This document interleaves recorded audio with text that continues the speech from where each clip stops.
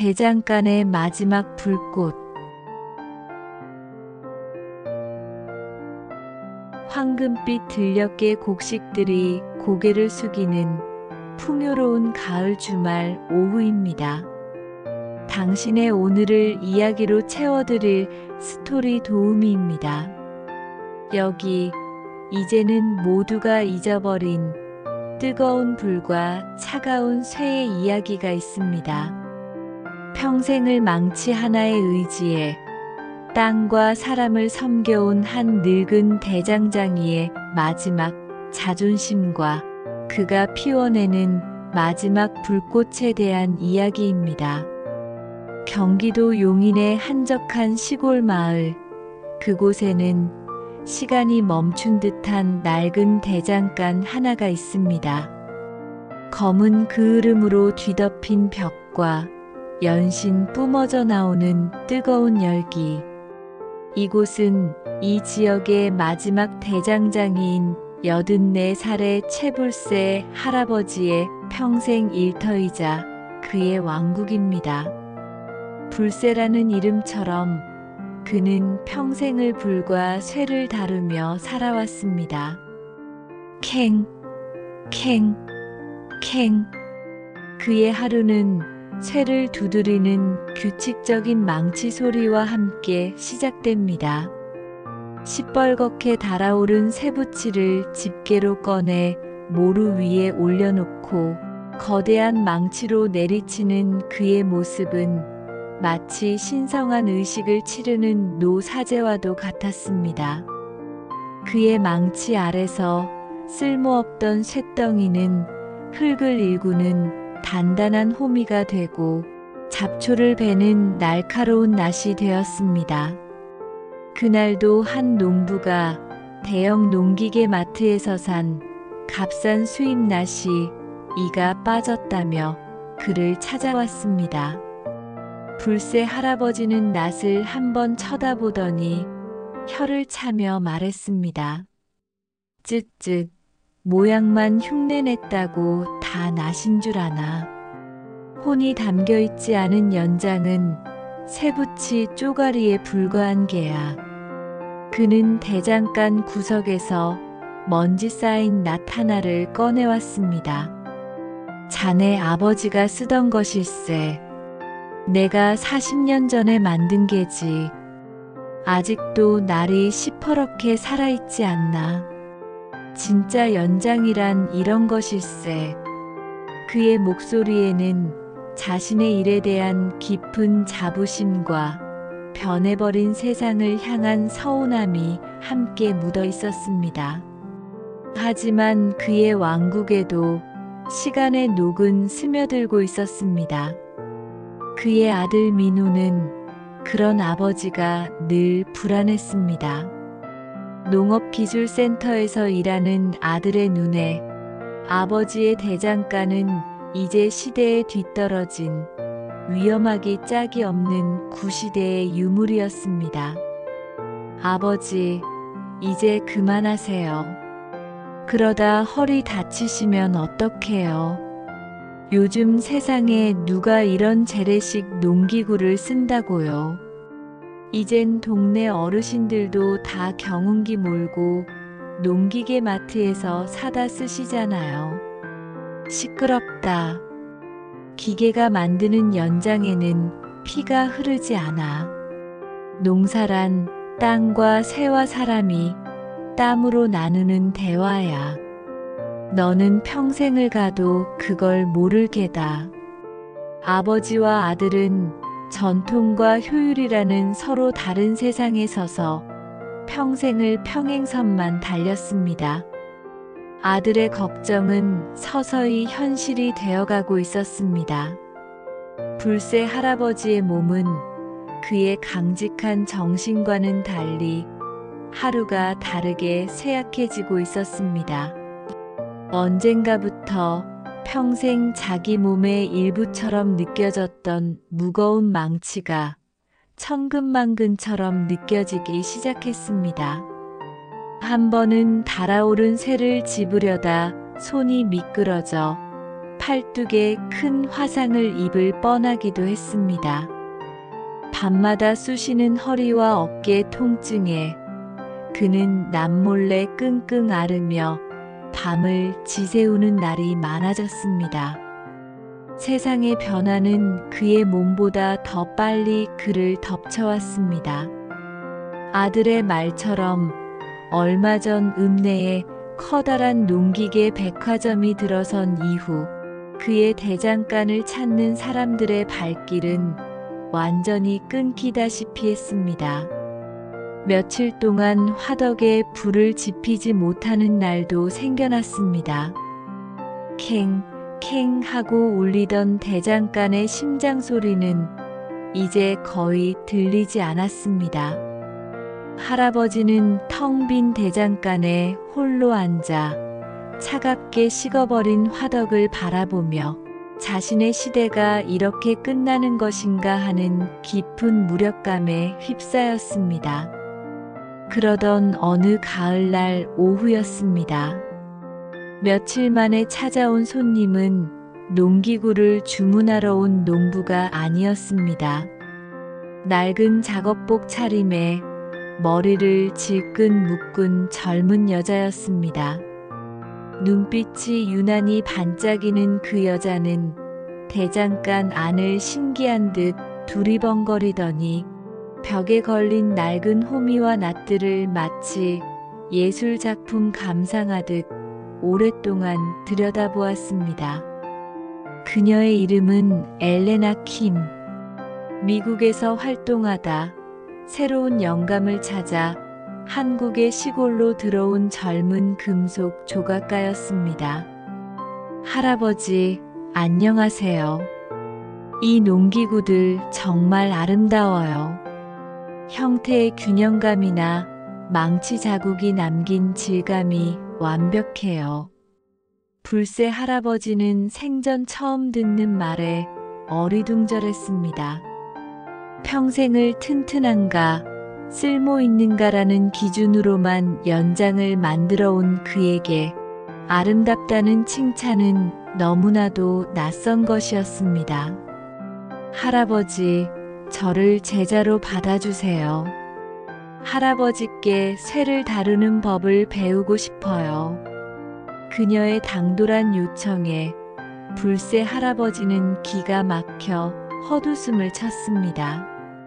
제자, 내가 농사꾼이 아닌 계집에게 망치질을 가르친다고? 썩 돌아가시오.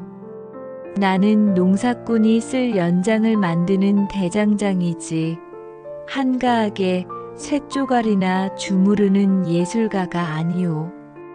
그는 매몰차게 그녀를 내쫓았습니다. 하지만 엘레나는 불새 할아버지가 평생을 다뤄온 무쇠처럼 고집이 셌습니다. 그녀는 다음 날도 그 다음 날도 어김없이 대장간을 찾아왔습니다. 하지만 제자로 받아달라고 조르는 대신 그녀는 대장간 마당 한구석에 자리를 잡고 할아버지가 버린 낡은 쇠붙이들을 모으기 시작했습니다. 그리고는 휴대용 용접기와 작은 망치를 이용해 자신만의 방식으로 무언가를 만들기 시작했습니다.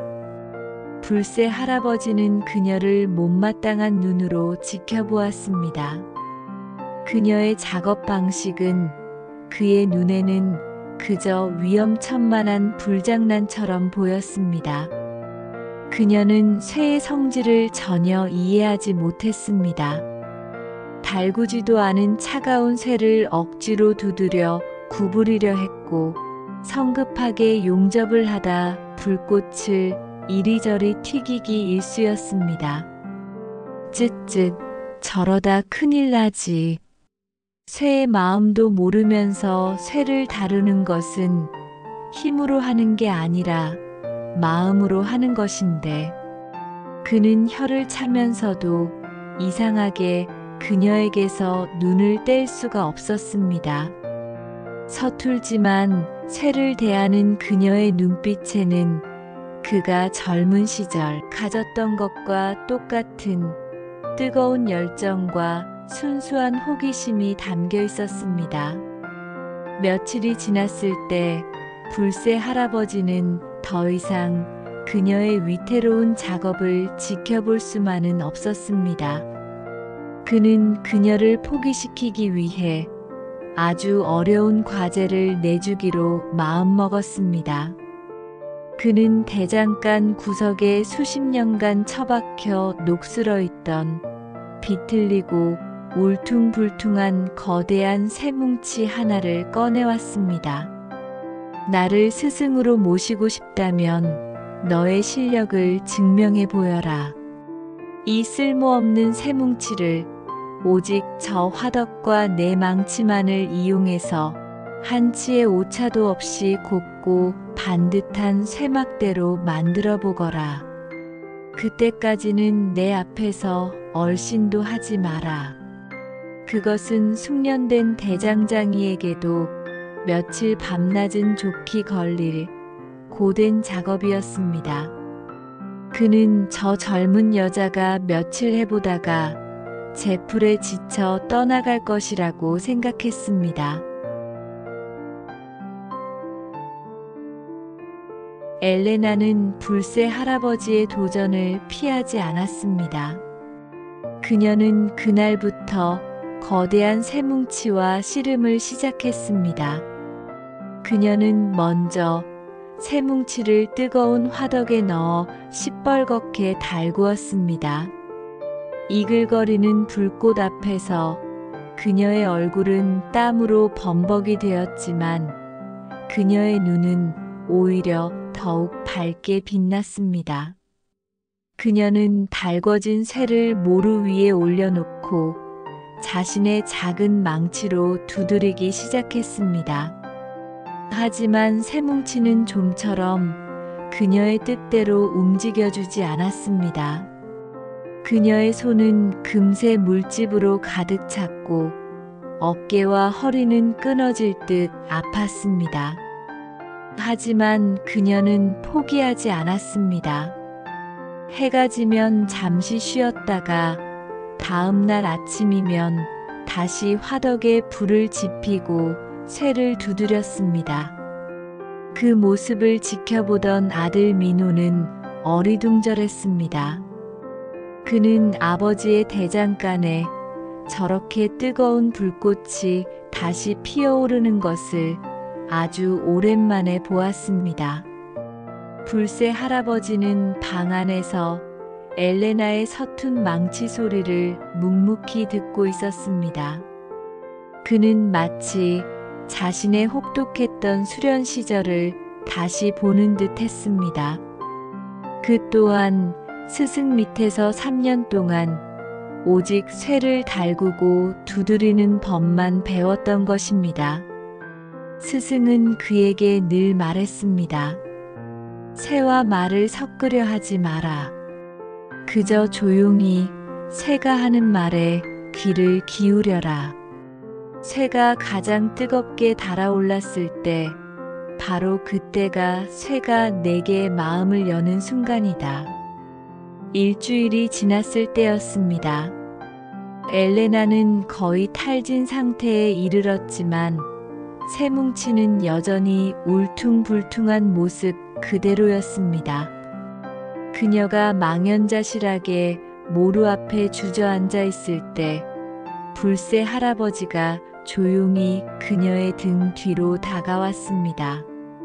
그는 아무 말 없이 그녀의 손에 들린 작은 망치를 빼앗아 들고는 자신이 평생을 사용해온 거대한 망치를 그녀의 손에 쥐어주었습니다.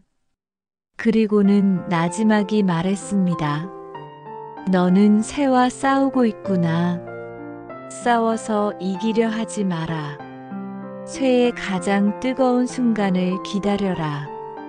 그리고 망설이지 말고 온몸에 무게를 실어 단 한 번에 내리쳐야 한다. 그것은 그가 그녀에게 건넨 첫 번째 가르침이었습니다. 할아버지의 가르침은 엘레나에게 길을 잃은 나침반과도 같았습니다.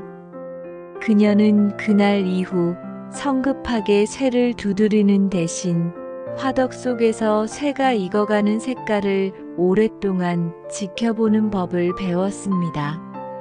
붉은색에서 주황색으로, 그리고 마침내 눈부신 황금빛으로 변하는 그 찰나의 순간, 그녀는 할아버지의 말대로 온 마음을 다해 망치를 내리쳤습니다.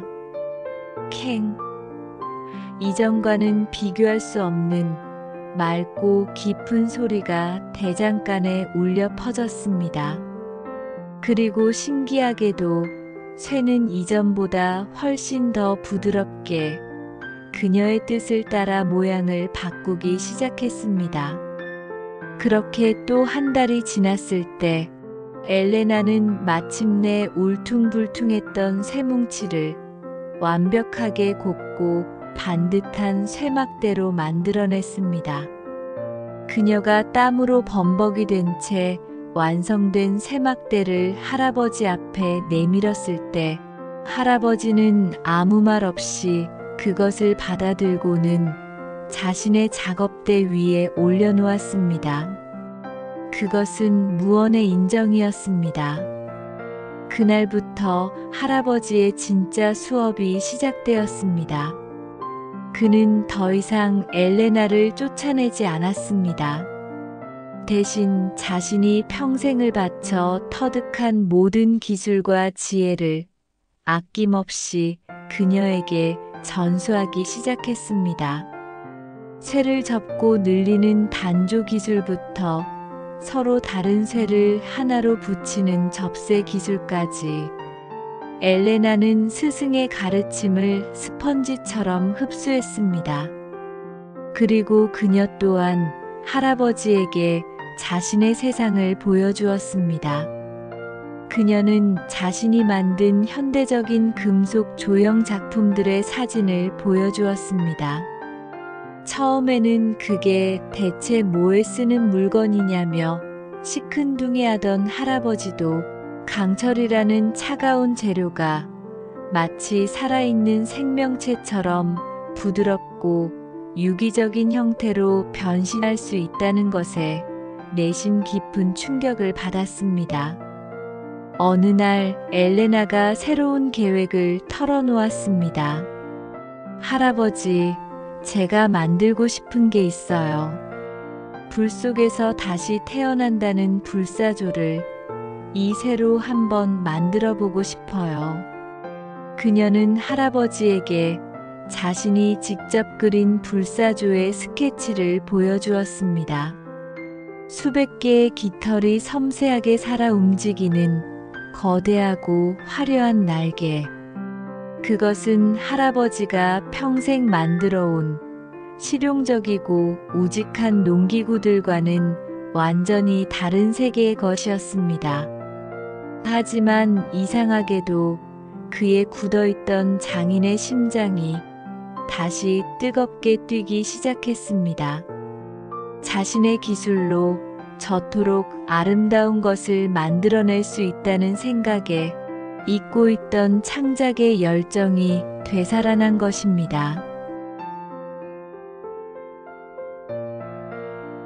불사조를 만드는 작업은 두 세대의 장인이 벌이는 뜨거운 불꽃의 합주였습니다. 할아버지의 오랜 경험과 엘레나의 대담한 상상력은 때로는 격렬하게 충돌했고 때로는 놀랍도록 아름다운 조화를 만들어냈습니다. 날개의 끝은 저물녘의 바람처럼 날카로우면서도 부드러워야 한다. 아니에요, 할아버지. 불사조의 날개는 절망 속에서도 다시 솟아오르는 희망처럼 더 거칠고 강렬해야 해요.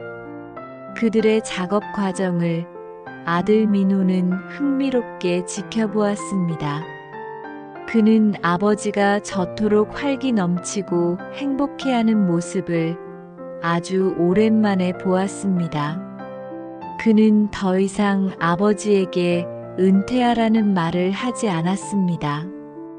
대신 그는 아버지의 낡은 기술이 어쩌면 이 마을의 소중한 문화자산이 될 수도 있겠다는 생각을 처음으로 하게 되었습니다.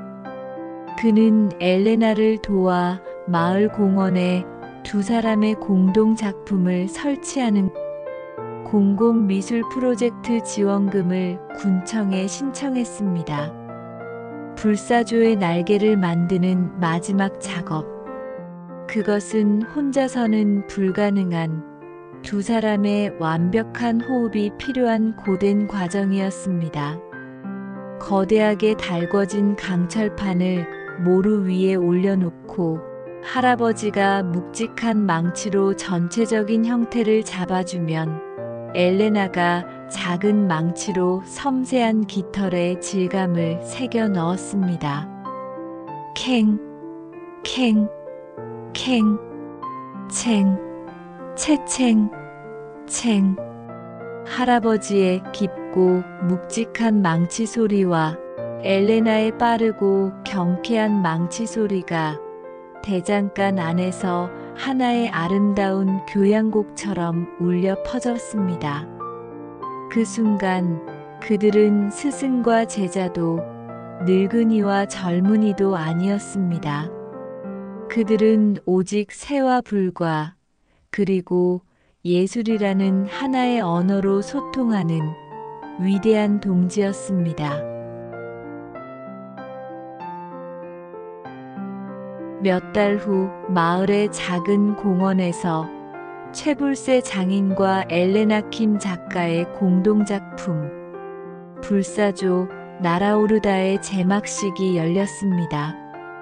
차가운 강철로 만들어졌다고는 믿기지 않을 만큼 금방이라도 하늘로 날아오를 듯한 역동적이고 아름다운 불사조의 모습에 마을 사람들은 감탄을 금치 못했습니다.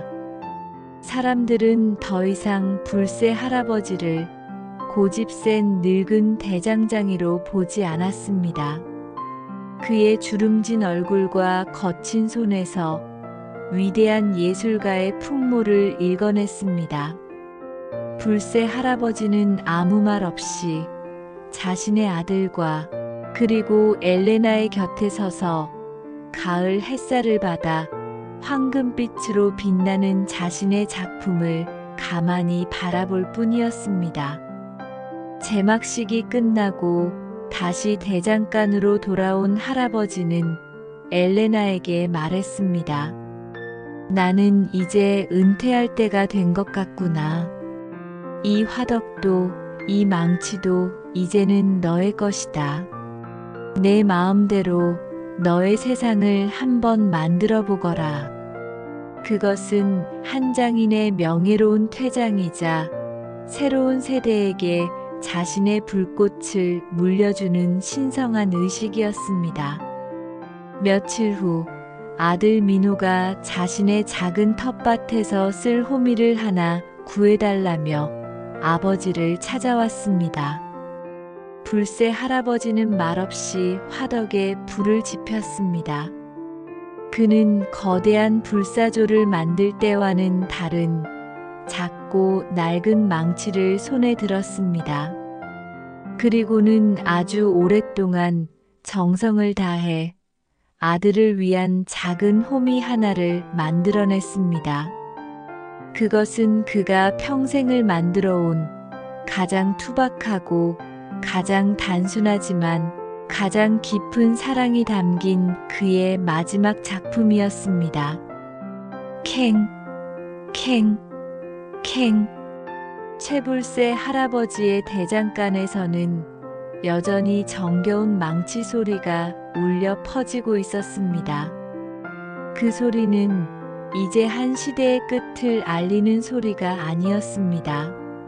실용과 예술이, 전통과 혁신이, 그리고 아버지와 아들의 마음이 하나로 어우러져 새로운 시대를 향해 나아가는 희망의 불씨 소리였습니다.